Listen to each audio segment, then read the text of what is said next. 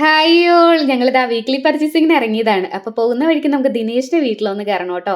ദിനേഷിന്റെ wife നാട്ടിൽ പോവാണ് നാളെ. അപ്പൊ ഒന്ന് പോയി കണ്ടിട്ട് വരാന്ന് കരുതി ഞങ്ങളിതാ ദിനേഷിന്റെ വീട്ടിലേക്ക് എത്തി.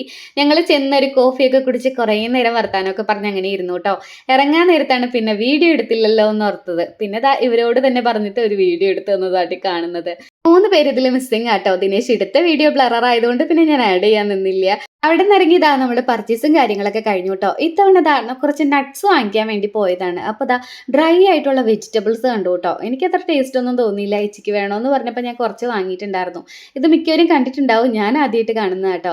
വീട്ടിലെത്തിയ ഉടൻ തന്നെ നല്ലപോലെ വിശക്കുന്നുണ്ടായിരുന്നു. അപ്പൊ തന്നെ നമ്മളിതാ ഒരു പാൽ പൊറോട്ട ഓർഡർ ചെയ്തു ട്ടോ. ഈ ഒരു ഐറ്റം എനിക്ക് നല്ല ഇഷ്ടമാണ്. വയറും നിറയും നല്ല ടേസ്റ്റും ആണല്ലോ. പാൽ പൊറോട്ടയൊക്കെ കഴിച്ചിരുന്നപ്പോഴാണ് ഇതാ എനിക്ക് ഐസ്ക്രീം വാങ്ങിയിട്ടുണ്ടായിരുന്നു ട്ടോ. ഇത് കുറച്ച് നാളായിട്ട് കഴിക്കണമെന്നൊക്കെ കരുതിയതാണ്. കുറേ റീൽസിലൊക്കെ എല്ലാവരും കണ്ടിട്ടുണ്ടാവും.